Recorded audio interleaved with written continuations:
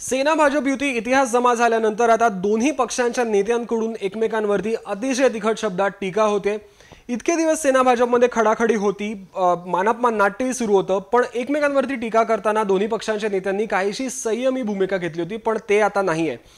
शिवसेनेचे खासदार संजय राऊत यांनी किरीट सोमय्यांचं नाव न घेता असं विधान केलंय की आमच्यावर टीका करणाऱ्यांनी आपल्या अवकातीत राहावं।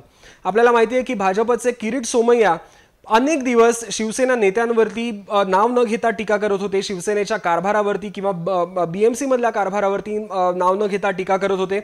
आताही त्यांनी असं म्हटलं होतं की बीएमसी मधल्या भ्रष्टाचारावरती आपण काळी पत्रिका काढणार आहोत।